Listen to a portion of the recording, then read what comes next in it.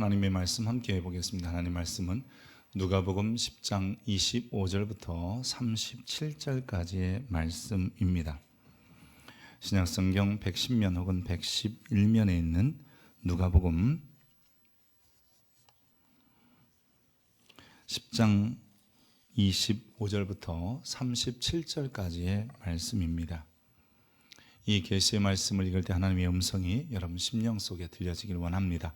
어떤 율법 교사가 일어나 예수를 시험하여 이르되 선생님, 내가 무엇을 하여야 영생을 얻으리이까? 예수께서 이르시되 율법에 무엇이라 기록되었으며 내가 어떻게 읽느냐? 대답하여 이르되 내 마음을 다하며 목숨을 다하며 힘을 다하며 뜻을 다하여 주 너희 하나님을 사랑하고 또한 내 이웃을 내 자신같이 사랑하라 하였나이다. 예수께서 이르시되 내 대답이 옳도다. 이를 행하라. 그러면 살리라 하시니 그 사람이 자기를 옳게 보이려고 예수께 여짜오되 그러면 내 이웃이 누구이니까? 예수께서 대답하여 이르시되 어떤 사람이 예루살렘에서 여리고로 내려가다가 강도를 만나매 강도들이 그 옷을 벗기고 때려 거의 죽은 것을 버리고 갔더라. 마침 한 제사장이 그 길을 내려가다가 그를 보고 피하여 지나가고 또 이와 같이 한 레위인도 그곳에 이르러 그를 보고 피하여 지나가되 어떤 사마리아 사람은 여행하는 중에 거기 이르러 그를 보고 불쌍히 여겨 가까이 가서 기름과 포도주를 그 상처에 붓고 싸매고 자기 짐승에 태워 주막으로 데리고 가서 돌보아 주니라. 그 이튿날 그가 주막 주인에게 데나리온 2를 내어주며 이르되 이 사람을 돌보아 주라. 비용이 더 들면 내가 돌아올 때에 갚으리라 하였으니 내 생각에는 이 세 사람 중에 누가 강도 만난 자의 이웃이 되겠느냐? 이르되 자비를 베푼 자니이다. 예수께서 이르시되 가서 너도 이와 같이 하라 하시니라. 아멘. 이것은 하나님의 말씀입니다. 우리는 누군가에게 자비를 베풀 기회가 생긴다든지 은혜를 베풀 기회가 생기면 그 대상을 선정할 때 가까운 사람, 나하고 친한 사람, 내가 좋아하는 사람, 내 마음에 드는 사람들로 선정을 하게 됩니다.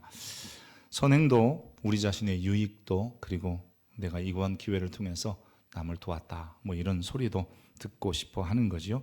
내게 무익하다, 아무런 유익이 없다면 다른 사람을 찾아보기도 합니다. 그렇다면 예수님의 가르침은 어떨까요? 예수님은 산상수훈에서 우리의 선행의 범위를 원수에까지 이렇게 말씀하셨습니다. 마태복음 5장 43절에 보면 내 이웃을 사랑하고 내 원수를 미워하라 하였다는 것을 너희가 혹시 들었는지 모르겠다. 하지만 나는 너희에게 이렇게 가르친다. 너희 원수를 사랑하며 너희를 박해하는 자를 위하여 기도하라. 이러한 예수님의 가르침은 오늘 본문에 나타난 율법교사의 질문에 대한 대답을 통해서도 잘 알 수 있습니다. 어떻게 해야 영생을 얻을 수 있습니까? 라고 오늘 이 율법교사는 예수님에게 질문을 하며 시작이 됩니다. 근데 주님께서는 이 질문을 통해서 결국은 우리의 이웃이 누구인지까지 말씀하시죠.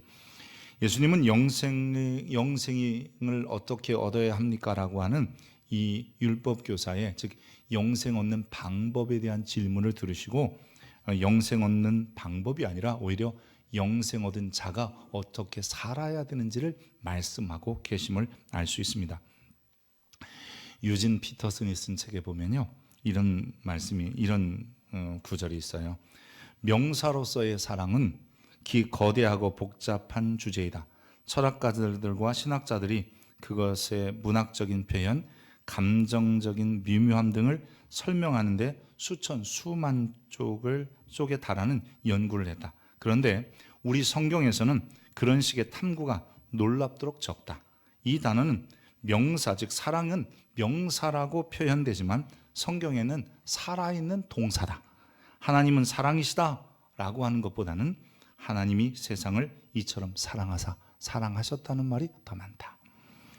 우리의 신앙을 사전적 의미의 정의, 즉 사전적 정의로 신앙에 관심을 갖기 시작하면 영생이란 무엇인가 이런 얘기할 때마다 영원히 사는 것이다 혹은 영적으로 사는 것이다 이렇게 구분하여 탐구하려고만 합니다. 굳이 말하자면 영생은 명사적으로 다가올 때는 영원한 생명이지만 동사적으로 다가올 때는 내가 지금 영적인 생활을, 즉 영생을 소유한 자로서 살아감에 있다는 거예요. 로마서 1장 17절에 여러분 잘 아는 말씀이기도 한데요, 한번 우리 같이 한번 읽어볼까요? 시작. 복음에는 하나님의 의가 나타나서 믿음으로 믿음에 이르게 하나니 기록된 바 오직 의는 믿음으로 말미암아 살리라 함과 같으니라. 특별히 여기서 잠깐 보여주면요, 믿음으로 믿음에 이른다라고 되어 있어요. 그러니까 믿음이 있으면 믿음이 생기나, 아니면 믿음을 가져야 믿음의 삶이 나오나, 이렇게 구분할 수도 있는데, 이것을 굳이 얘기하면 앞에 있는 하나님의 의가 나타나서 믿음으로, 이게 명사적 믿음이더라고요. 그리고 믿음에, 이게 동사적 믿음이에요. 다른 말을 말하면 우리가 가진 명사적 믿음 때문에, 내가 하나님에 대한 믿음 때문에 믿음의 삶이 드러난다라고 하는 것입니다. 유진 피터슨 계속해서 동사가 되는 순간 더 이상 탐구해야 될 주제가 아니라 우리의 삶에 들어온다는 겁니다. 명령으로 형으로 주어지지만 순종의 행위가 따라오는 이유가 거기에 있다라고 설명했습니다. 믿음도 사랑도 영생도 마찬가지로 명사형 주제가 되어서 연구하고 탐구하고 지식적으로 아는 이야기로 신앙을 갖게 되면 우리는 굉장히 이 형이상학적이고 머리로만 하는 신앙인이 됩니다. 하지만 그것들이 동사형 주제로 우리에게 온다면 믿음으로 살고 사랑을 행하고, 또 그리고 우리는 신앙적으로도 많은 일에 이 좋은 본이 될 수 있게 되는 거죠. 오늘 본문에 어떤 율법교사가 예수님에게 이렇게 물어요. 25절에 보니까 어떤 율법교사가 일어나 예수를 시험하여 이르되 선생님, 내가 무엇을 하여야 영생을 얻으리이까? 즉 이 율법교사는 이미 영생 얻는 방법 알고 있다는 거예요. 그래서 시험하여라고 하는 이 이야기가 들어가는 거죠. 예수님 시험하면서 묻고 있는 거예요. 율법교사의 의도는 영생 얻는 방법을 예수님도 아는지, 즉 그가 가르치는 내용과 지금 자기가 아는 게 같은지, 또 정확히 말하면 내가 아는, 율법교사인 내가 아는 것과 예수님이 다르다면 저가 가짜다, 이런 얘기를 하고 싶었던 것이죠. 이러한 율법교사의 의도를 주님이 아셨기 때문에 주님은 율법교사에게 질문을 통해서 그러면 성경에는, 율법에는 무엇이라고 기록했느냐라는 질문을 통해서 영생을 얻는 방법이 아니라 너가 정말 그 영생을 알고 영생을 소유하고 있다면 영생을 가진 자로서의 삶을 살고 있느냐라고 묻고 계시는 겁니다. 율법에 무엇이라고 기록되어 있느냐, 평상시 같으면 예수님이 영생에 관한 이야기를 물어봤을 때 이렇게 답하셨어야 돼요. 요한복음 17장 3절에 보면 영생은 곧 유일하신 참 하나님과 그가 보내신 자 예수 그리스도를 아는 거다. 즉 예수님 믿고 하나님이 그분을 보내셨다는 것을 아는 것이 영생이다. 일반적으로 그렇게 가르치셨어야 하는데 이 율법교사에게 굳이 그러면 율법은 뭐라고 기록했냐 그랬더니, 즉 모세의 율법을 말씀하시면서 모세는 뭐라고 말하더냐라고 묻고 계시는 거예요. 이것은 여러분, 예수님께서는 모세의 율법이라는 것은 이미 하나님의 백성된 자들을, 즉 하나님의 백성이라는 전제로 주어진 거예요. 여러분, 율법을 하나님의 백성이 아닌 자들에게 준 것이 아니라 하나님의 백성들에게 주셔서 그대로 살라고 하시는 게 율법이에요. 그래서 주님께서 그 율법에는 뭐라고 하더냐라고 묻고 계시는 거죠. 율법교사가 답을 알고 있어요. 그래서 그가 이야기하는데 아주 귀한 말을 하죠. 하나님 사랑하고 이웃 사랑해야 됩니다 라고 이야기를 하죠. 여러분, 그건 분명히 맞는 말이에요. 근데 주님께서 말씀하고 싶은 것은 그것은 영생을 얻은 자의 삶이라고 하는 것이죠. 이런 예수님의 가르침은 여러분 평소와 다른 것이 아니라 너는 지금 나에게 율법을 얻는 방법을 묻느냐? 아니다. 율법을 가진 자는 이렇게 살아야 된다고 나는 율법을 잘 아는 너에게 지금 말하고 있다라고 하시는 겁니다. 오늘 본문과 거의 비슷한 병행구가 마태복음 22장에 기록되어 있습니다. 마태복음 22장에는 한 율법교사가 예수님에게 나와서 이렇게 묻습니다. 22장 36절에 선생님, 율법 중에서 어느 계명이 큽니까? 라고 물어요. 그때 예수님께서 37절에 보니까 내 마음을 다하고 목숨을 다하고 힘을 다하고 뜻을 다하여 주 너희 하나님을 사랑해라. 이것이 크고 첫째 되는 계명이요. 둘째도 그와 같으니 내 이웃을 내 자신과 같이 사랑하라 하셨으니. 여러분, 오늘 27절에 등장하는 이 율법교사의 답과 예수님이 가르친 평소에 가르쳐 오셨던 것과 똑같아요. 내 마음을 다하며 목숨을 다하며 힘을 다하여 뜻을 다하여 주 너희 하나님 사랑하고 또한 내 이웃을 내 자신과 같이 사랑하라고 기록되어져 있습니다. 이게 율법교사의 답이거든요. 예수님이 말씀하신 성경의 큰 계명이라든지 아니면 새 계명 다 똑같은 거예요. 다만 율법교사나 우리가 혹여나 아직도 이 명사형 사랑 혹은 명사형 영생, 명사형 신앙에 익숙해 있고 그것에만 연구 또 탐구, 그리고 어떤 것이 사랑이냐 1번 예수님의 사랑, 2번 사랑하면서 사랑의 방법 1번, 2번, 3번 우리는 이러고 있다는 거예요.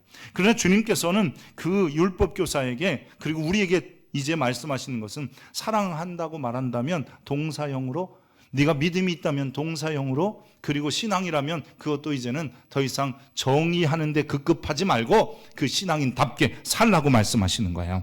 그래서 예수님께서 율법교사에게 내 대답이 옳다, 네가 말하는 게 다 맞다라고 말씀하고 있죠. 그러자 이제 여기서 신이 난 율법교사가 한 번 더 물어봐요. 그러면 우리 이웃이, 내 이웃은 누굽니까? 내가 누구까지 사랑해야 됩니까? 율법교사는 신앙의 대상인 하나님에 대한 확신이 있었고 그동안 자기가 그 하나님의 말씀도 잘 지켜온, 즉 율법에 따라서 절기도 지키고 율법도 준수해 왔던 사람이었어요. 그리고 최소한 자기가 알고 있는 것처럼 이웃, 가장 가까운 사람, 마땅히 사랑해야 될 사람은 사랑해 왔던 사람입니다. 그러기에 자기가 말한 것, 대답도 잘했다는 칭찬을 받았으니까 하나님은 당연히 아는 거고, 그럼 이웃도 내가 하는 정도만 사랑하면 되겠지, 그리고 나는 이제 칭찬도 받을 수 있을 거야 라는 생각 때문에 또 묻는 거지요. 그랬더니 여러분, 여기에서 주님께서 그 위대한 예화, 즉 선한 사마리아 사람 이야기를 예화로 드시는 거예요. 근데 여기가 기억해야 되는 것은 이 율법교사는 아마 율법에 따라서 가족들이나 아니면 유대 공동체, 유다 공동체에 속한 사람들에게 충분한 사랑과 섬김을 다했던 사람이라고 보여집니다. 그렇기 때문에 내 이웃이 누굽니까? 주님이 네 이웃 너가 마땅히 사랑할 가족이고 유다 공동체 아니냐? 이러면 자기에게 굉장히 자기의 대답이 그리고 그동안 살아온 것이 잘했을 것이라고 충분히 느낄 수 있었습니다. 근데 주님이 선한 사마리아 사람 이야기를 하세요. 여기서 우리가 잠시 마태복음 이야기를, 아니 누가복음 이야기를 좀 살펴봐야 합니다. 누가복음 18장에 보면 바리새인과 세리가 어느 날 성전에 와서 이렇게 기도하는 장면이 등장합니다. 근데 이 바리새인의 기도입니다. 바리새인이 서서 따로 기도하여 이르되 하나님이요, 나는 다른 사람들 곧 토색이나 불이나 간음을 하는 자들과 같이 아니하고 저 세리, 함께 기도하는 저 세리와도 같이 아니함을 감사합니다. 그러면서 뭐냐면 나는 일에 2번씩 금식했고 또 소득의 11조를 드리고 있습니다. 자기가 율법을 따라서 이 정도 충분히 할 일을 다 하고 있습니다 라고 자신 있게 말한 사람이에요. 누가 봐도 인정할 만한 신앙인이지요. 그런데 지금 주님은 율법교사가 두 번째 내 이웃이 누굽니까? 라는 질문에 그들이 그 율법교사가 갖고 있었던 것과는 전혀 다른 답을 하고 계시는 거예요. 처음에도 영생을 명사형으로 물었더니 주님이 동사형으로 답하게 하시더니 이제는 그 이웃마저도 네가 생각하는 정도가 아니다라고 말씀하십니다. 여러분, 그 예화의 내용이 그런 거잖아요. 예루살렘에서 여리고로 내려가는 한 사람이 강도를 만나 죽게 되었습니다. 그때 마침 제사장 한 사람 지나가는데도 그를 돌아보지 않고 레위인 한 사람이 지나가는데도 그를 그대로 지나쳐버립니다. 도리어 그를 도와준 사람은 사마리아 사람이었습니다. 제사장이나 레위인들은 부정한 것 혹은 시체나 죽은 것을 만지면 자기의 정결성의 문제가 있기 때문에 어쩌면 율법을 준수하기 위해서 그를 못 만졌을 수도 있습니다. 그런데 사마리아 사람은 죽은 자라도 가까이 가서 확인하고 자기가 가지고 있는 포도주와 기름을 사용해서 응급조치를 했을 뿐만 아니라 여관에까지 데려가 자비를, 자기의 돈을 들여 도와주었고 혹여나 비용이 더 든다면 추후에 계산하겠다고까지 하고 여관 주인에게 부탁을 합니다. 그러면서 주님이 이야기 끝에 너는 누가 강도 만난 사람의 이웃이라고 생각하느냐라고 질문하십니다. 율법교사는 당연히 자비를 베푼 사람이라고 대답합니다. 맞습니다. 그때 주님께서 이 율법교사에게 이렇게 말씀하세요. 가서 너도 이와 같이 하라. 어쩌면 네가 지금 아는 것 정확히 알고 있는데 너는 그와 같이 안 하고 있지 않았느냐라고 지적하고 계시는 겁니다. 제사장이나 레위인, 여러분 단지 종교인이라고 뭐 아니면 목사님 아니면 교회 집사님 이렇게 비유하지는 마십시오. 오늘은 지금 누군가 이야기를 그렇게 비유하려는 것도 아니고 오늘 본문 속에서 강도 만난 사람이 누구냐 이 이야기를 하려는 게 아니에요. 그 강도 만난 사람을 도와준 이웃이 누구냐라고 하는 것이고 그와 같이 하는 것이 우리의 역할이라고 하는 것을 강조하는 그런 예화이기 때문입니다. 최소한 레위인이나 제사장은 자기들 나름대로 율법을 따라서 최소한의 선행을 하는 사람들이었다는 거죠. 그런데 그들은 돌봐주거나 도와주지 않고 오늘은 지나쳐버립니다. 반면 사마리아인은 율법에 따라 사는 사람들도 아니고 뭐 안 도와줄 것 같은데 그는 자기의 것을 사용해서 돕고 또 자비를 베풀게 됩니다. 사마리아 사람들에 대한 유대인들의 감정은 정말 좋지 않습니다. 유대인들은 사마리아 사람들은 개처럼 여기거나 아니면 원수같이 대적하여 상종하지도 않는 사람들이었습니다. 오늘 자비로 베푼 사람도 다른 사람이 아니라 이 사마리아 사람이었고 혹 이 사마리아 사람도요 어디 가서 또 다른 친구들 만나서 사마리아 친구들 만나서 내가 여리고로 내려가는 중에 유대인 하나를 만났는데 그 사람이 얼마나 많이 맞고 강도에게 심하게 당했는지 정말 힘들어서 내가 고쳐줬어 아니면 치료해줬어 여관까지 데려다줬어 내 돈을 들여서 그 여관 주인에게 부탁해서 이런 얘기하면 사마리아 사람들이 이 도와준 사마리아 사람에게 뭐라고 하냐면 너 괜한 일 했다 너 쓸데없는 일 했다 너 하지 말아야 될 일 했다 이렇게 할 정도의 이런 감정의 골이 깊었던 시대였습니다. 유대인이기 때문에 사마리아 사람들을 경멸해서 이 사마리아 사람들과는 결코 섞일 수 없다라고 생각했던 유대인들인데 지금 그 유대인을 오히려 사마리아 사람이 도와주고 있다는 겁니다. 주님은 율법교사에게 내가 싫어하는 사람, 내가 도와서 아무 유익이 너에게 돌아오지 않는 사람에게도 손을 내밀어 돕고 있었느냐 묻고 계시는 거예요. 그동안 이 율법교사가 아무도 안 도왔다는 게 아니에요. 사랑하는 사람들 그리고 마땅한 자기 민족 유대인들에 대해서는 최선을 다해서 최소한 성경의 율법에 따라서 그런 도움을 베풀고 살았을 겁니다. 그런데 주님은 이제 유대인을 넘어 사마리아 사람이든지 아니면 그것도 넘어 이방인에도 가서도 그곳에 가서 이와 같이 해야 한다라고 말씀하고 계시는 겁니다. 종종 이 교회에서도 선교지를 돕다, 뭐 외국의 전쟁의 난민들을 돕는다 하면 이런 분들도 있게 해요. 우리나라 사람도 가난한 사람 참 많고 세계 몇 대 빈민가 중에 하나가 우리나라에 있어요. 안타깝게도. 또 선교지에 대한 생각을 할 때 우리나라도 복음을 못 듣는 사람이 굉장히 많은데 굳이 거기까지 가서 많은 비용 드는데 선교해야 되느냐 뭐 이런 분들도 있습니다. 그런데 기억하십시오. 국내외 빈민을 돕고 선교하는 것은 여러분 우리에게 아무런 유익이 없고 별로 우리에게 돌아오는 것이 없어도 우리가 해야 될 목이에요. 동시에 선교지를 돕고 그들의 영혼을 구원하는 일, 국내의 빈민을 돕고 구원하는 일, 원수까지도 사랑하라고 하신 분이 주님이시기에 부득불할 일이라고 생각합니다. 하물며 죽어가는 영혼들 그리고 전쟁으로 인하여 힘들어하는 사람들을 돕지 않는다는 것은 오히려 우리가 해야 될 모습은 아니라고 생각합니다. 바르게 하시는 분들은요 서로의 역할과 자기들의 사명을 존중해주고 인정해주는 거예요. 왜 외국이냐, 왜 해외냐, 왜 국내냐, 꼭 여기만 해야 되냐 이런 얘기하지 않고 서로 간에 잘한다고 격려하고 서로가 보탤 일이 없는지 서로 부족한 것은 언제든지 돕겠다 나서는 겁니다. 우리 교회가 설립 20주년을 맞아 금년에 필리핀 나구나 지역에 마사야 열린문교회의 성전을 건축하기로 하고 어제 통보해 드렸습니다. 공사비는 한 6천만 원 정도 들고요. 준비된 비용으로 진행하고 조금 부족한 것은 뭐 금년에 저희 재정의 허리띠를 좀 졸라매면 가능하리라 생각합니다. 선교지에 교회를 짓는다고 우리 거냐? 그렇지 않습니다. 종종 선교사님들이 저한테 그런 얘기해요.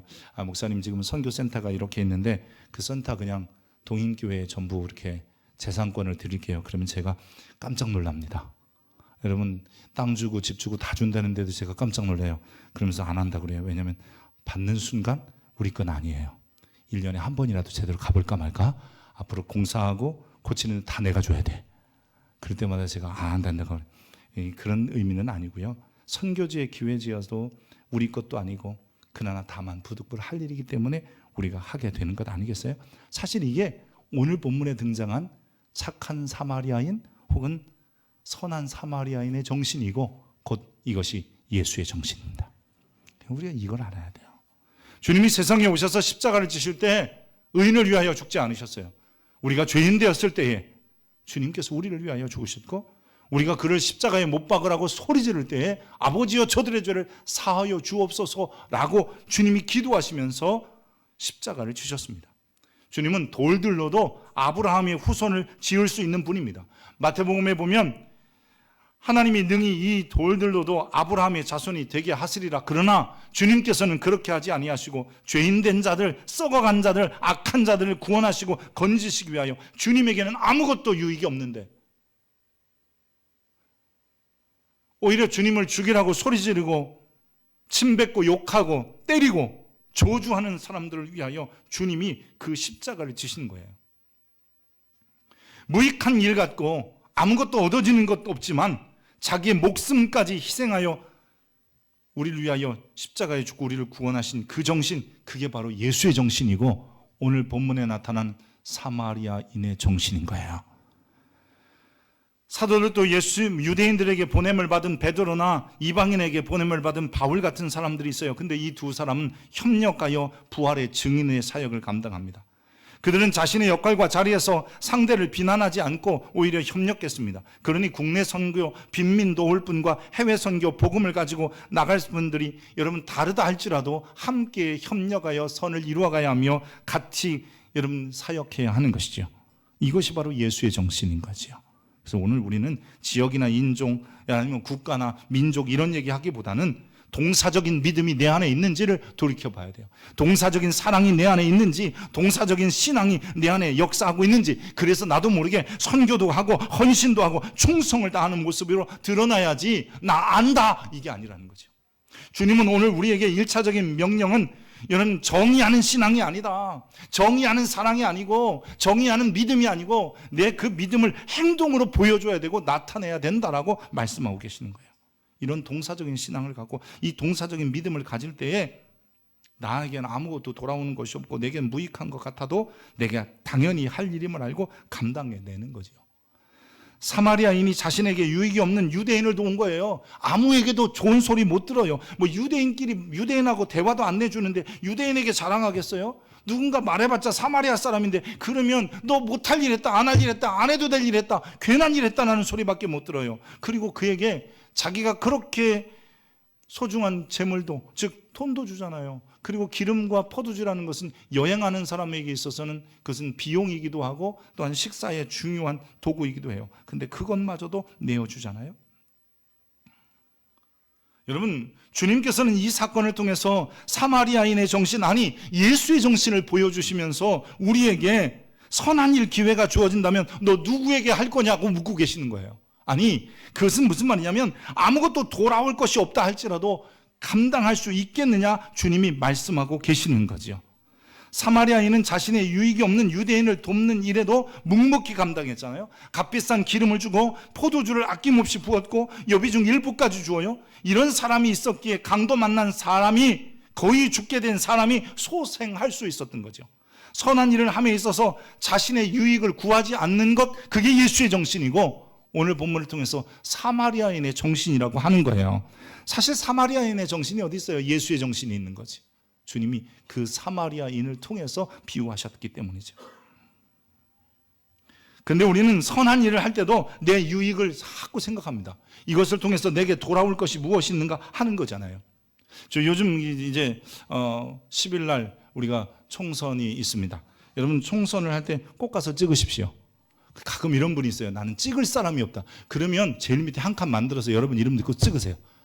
아니면 그것도 없다 그러면 들어갔다 나와셔서 빈 종이를 넣으십시오. 근데 우리가 그게 우리의 역할이에요. 근데 우리는 아예 안 가. 가지도 않아. 그러면서 뭐 투표율이 어떻다는 둥 뭐 어쩌다 이런 얘기 하면 안 되는 거예요. 기권표도 표입니다. 그러니까 여러분 기권표를 던지든지 아니면 내가 원하는 사람을 찍든지 꼭 하시기 바랍니다. 근데 제가 지금 투표를 격려하고 독려하려는 건 아니고요. 이런 총선이 되거나 무슨 일이 있으면 뭐 국회의원 되실 분들이 후보로 나오신 분들이 얼마나 좋은 일을 많이 하는지 몰라요. 근데 그것이 처음 생각해 봐야 돼요. 내게 유익이 있어서 하는 일이냐? 내가 무익해도 할 일이냐? 고린도전서 13장 5절에 보면 여러분 잘 아는 말씀이 사랑의 장이 13장인데 사랑에 대한 설명 중에 이런 말씀이 있어요. 사랑은 무례히 행하지 아니하며 자기의 유익을 구하지 아니하며 성내지 아니하며 악한 것을 생각하지 않고 그 중에 하나가 자기의 유익을 구하지 아니하며. 예수님이 십자가에 죽으실 때 자기의 유익을 구하셨다면 십자가에 못 죽으셨을 거예요. 오늘 우리가 누군가를 도우려고 할 때 우리의 유익만을 생각하면 선한 일을 할 수가 없습니다. 근데 주님께서는 우리에게 뭐라고 하시냐면 오늘 강도 맞는 사람이 누구냐를 찾으라고 하지 아니하고 너가 어떤 선한 일을 베풀려고 할 때든지 최소한 그 동사적인 열정을 가지고 동사적인 사랑을 가지고 동사적인 섬김을 가지고 말과 생각에만 있는 게 아니라 직접 하는 일에 한번 힘을 내봐라 라고 하시는 거죠. 너에게 아무런 것이 돌아오지 아니한다 할지라도. 칭찬도 못 받고요, 인정도 못 받고요, 격려도 못 받고요. 선한 일을 한 사마리아 사람의 행동, 여러분 오죽했으면 이게 교회뿐만 아니라 우리도 착한 선한 사마리아인 혹은 선한 사마리아인이라고 기억하는 것처럼 새 사회 속에서도 이 사람 기억해줘요. 그래서 오죽했으면 이런 법도 있어요. 선한 사마리아인 법 혹은 착한 사마리아인의 법이라는 것도 있어요. 이건 뭐냐면 누군가를 도우려다가 본의 아니게 과실을 저지른 경우가 있더라도 처벌하지 않겠다는 겁니다. 갑자기 심정지가 온 사람을 잘 모르고 어쨌든 살려보려고 누르다가 숨을 거두게 했다 할지라도 최소한 그런 결과로 처벌하지 않겠다, 살인죄로 처벌하지 않겠다, 뭐 이런 거잖아요. 우리가 영생을 소유한 자로서 이제 예수님의 정신을 배워서 내게 유익이 없어도, 그래서 오늘 설교 제목이 무익이에요. 무익. 아무것도 내게 주어지는 게 없어도 나는 영생을 가진 자이기 때문에 선한 일을 하면서 살아보겠다. 무익한 것 같지만 그 무익한 일을 위해서도 최선을 다해보겠다라고 하는 의미입니다. 하나님께서 기억하시면 좋겠지 않겠습니까? 내가 세상에서 이 일을 해서 얻어지는 게 없고 내가 인정을 못 받고 뭔가를 하지 못한다 할지라도 말입니다. 참 가만히 보십시오. 우리가 그럼 과연 누구에게 선한 일을 해야 되냐, 어떤 일을 어떻게 하면 되냐라고 종종 묻는데, 여러분 그냥 아주 간단하게 말하면 그냥 부모님처럼 가족의 역할을 여러분 다 하시면 됩니다. 부모가 자식에게 뭘 바라고 하는 건 아니잖아요. 근데 그냥 하는 겁니다. 세상 사람들은 이렇게 말해요. 머리 검은 짐승 거두는 게 아니다. 근데 이미 머리 검은 짐승을 낳아서 키우고 그리고 또 새로운 삶을 살도록 하는 게 우리의 부모의 모습이었어요. 근데 그분들이 하는 게 뭐냐면 이게 예수의 정신인 거야. 여러분 가정 안에서 내가 자녀로서 남편으로 아내로서 역할을 다하는 게 그게 예수의 정신이에요. 내가 이걸 하면 남편이, 아내가, 아니면 자녀들이, 부모가 무엇을 해주겠지가 아니라 그냥 하는 거예요. 교회 안에서도 마찬가지예요. 교회 안에서도 우리의 직분을 다하는 것뿐이에요. 이걸 직분을 해야 누가 박수를 쳐주나, 목사님이 인정을 해주나, 아니면 하나님과 상급을 받나? 아니요, 그렇지 아니할지라도 그냥 우리가 묵묵히 내 역할을 다하는 게 이게 예수의 정신인 거예요. 주님은 오늘 우리에게 사마리아인을 통해서 그렇게 너에게 정말 영생을 소유한 자냐? 그렇다면 그렇게 하라고 하시는 거예요. 이 사회 속에서도 마찬가지입니다. 직장 안에서도 마찬가지입니다. 내게 주어진 역할을 최소한 불의한 일이 아니면 최선을 다하여 감당한, 그게 선한 일이라고 생각할 때는 내게 아무것도 안 보여도, 누가 알아주지 않아도, 누가 인정하지 않아도, 내 성과급이 올라가지 않아도, 이게 회사를 위하고 사회를 위하고 이게 교회를 위하고 이게 가정을 위한 것이라면 묵묵히 감당해내는 것이, 그게 바로 예수의 정신, 예수의 스피릿이에요. 그럴 때 주님께서 이렇게 말씀해요. 그렇게 살아가는 걸 보면 사람들이 야, 니들이 내 제자구나 라는 것을 알게 된다는 거예요. 여러분 마태복음 5장 16절을 보십시오. 이같이 너희 빛이 사람 앞에 비추게 하여 그들로 너희 착한 행실을 보고 하늘에 계신 너희 아버지께 영광을 돌리게 하라. 우리는 성경 봐요. 근데 세상 사람들은 우리 봐요.